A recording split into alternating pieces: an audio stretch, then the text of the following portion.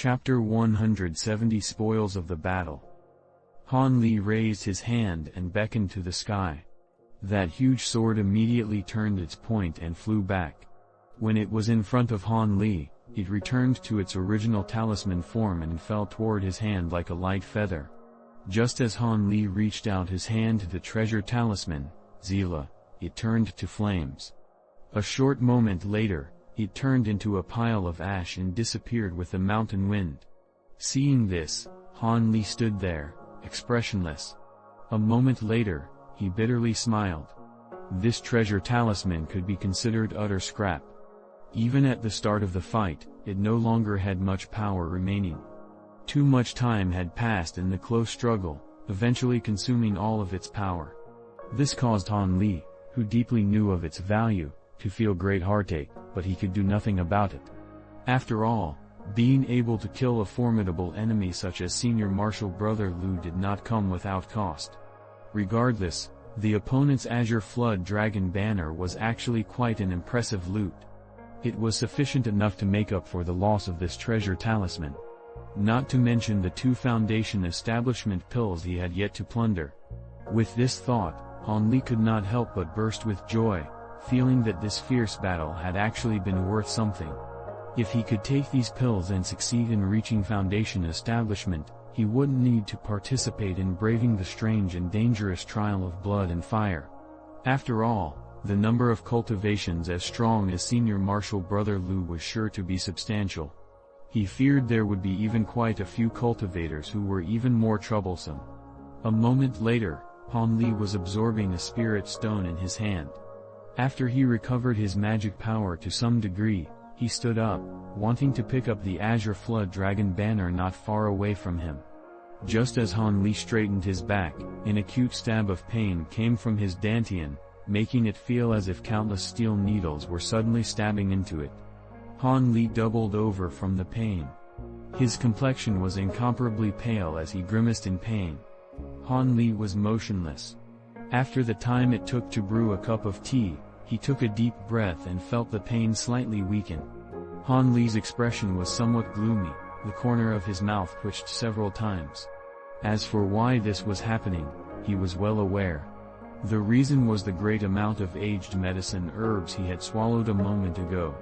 Although he was able to promptly absorb some of the herb's spiritual power, much of it gathered at his dantian as foreign rejection.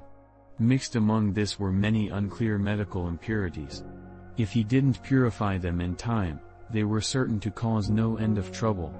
Although Han Li fully knew that swallowing the spiritual herbs was undesirable and certain to harm himself, he had done so to preserve his life. He had no better option but to take the risk and try. Sure enough, this method of forcefully absorbing spiritual qi had been of great help during the prolonged battle. However, just devouring medicine herbs was not enough to allow Han Li to persevere to the end. Apart from replenishing his spiritual power with the mid-grade spiritual stone to defeat the opponent, there was another crucial point contributing to his victory, the cancellation of his defensive magic technique, the water barrier technique. In the previous 2 years that he spent studying and practicing basic magic techniques, Han Li unexpectedly learned from Wu Feng that a majority of the low-level disciples had a misunderstanding over the use of talismans. They believed that apart from the spiritual power they used to activate the talisman, talismans did not further consume any of the user's power. In reality, the moment the talisman was activated, it continued to use a sliver of magic power from its connection to its user, allowing the user to conveniently control the magic technique. If the magic technique did not disappear, the user would continue to be drained of magic power to preserve the spiritual connection. Because qi condensation disciples were unable to see or interact with these sorts of spiritual threads, in addition to the minuscule amount of magic power used in the short term, a majority of the disciples overlooked this, resulting in false understandings. Although there were several disciples who knew the truth, they felt that this matter was insignificant. As a result, this information was not actively spread among low-level disciples. Wu Feng was one of those few who knew. When he told Han Li this during a casual chat, Han Li deliberately kept it in mind. After several personal tests later, he verified it to be true. As a result, in the middle of that fierce battle of attrition, Han Li remembered this and decisively revoked his defensive magic technique, saving quite a bit of magic power.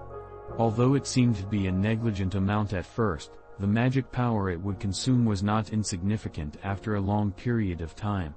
Like that, Han Li relied on this bit of preserved magic power to persevere a bit longer against the opponent.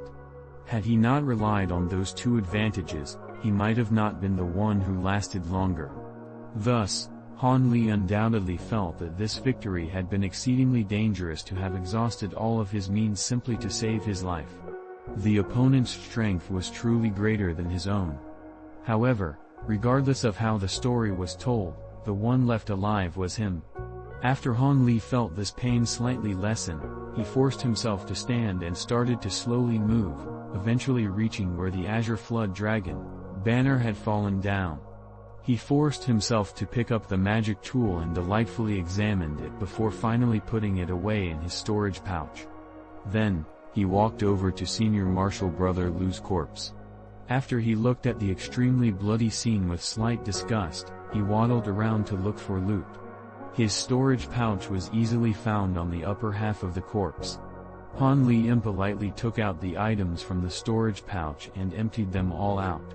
Soon enough, he saw the case and bottle containing the Foundation establishment pills. Feeling elated, he could not help but look at these items. He hastily lowered his body to pick up the case and bottle. Then he opened them, finding a lustrous blue medicine pill in each container. Although the scent was somewhat pungent, the pills contained formidable spiritual power. Han Li wore a strong smile on his face. He was immediately certain that the Foundation establishment pills were genuine. Even so, he currently had no mind to look through the other goods. After all, this place was where a battle had just occurred. He did not stay there for long and hurried to slip away. Han Li swiftly put away the items and carefully concealed Senior Marshal Brother Lu's storage pouch. He felt a bit of relief and could not help but straighten out and stretch his body. At this moment, he heard the sound of wind behind him, as if something was charging over. Han Li was startled and immediately thought to escape, but he suddenly felt a violent burst of pain from his dantian, causing his body to suddenly become sluggish. Then a fragrant, smooth woman's body energetically embraced him from behind. Han Li was stunned and struggled to get free. However, because of the stabbing pain from his dantian and the fact that his limbs were lacking strength from having just fought, he could not free himself. Under these circumstances, although Han Li already faintly guessed the identity of the person behind him, he could not help but glance behind him. But just as he turned his head halfway, a beautiful and gentle face was already intimately pressed up against him and was incessantly using her sweet lips to madly kiss Han Li. As expected, it was Junior Marshal Sister Chen who originally could not move a single step. It turned out that this Junior Marshal Sister Chen previously couldn't move because of the wind-binding technique. However, Han Li and Senior Marshal Brother Lu's battle didn't reach her location, so she was able to entirely avoid the battle while lying down. After the fight, she actually hadn't the slightest injury.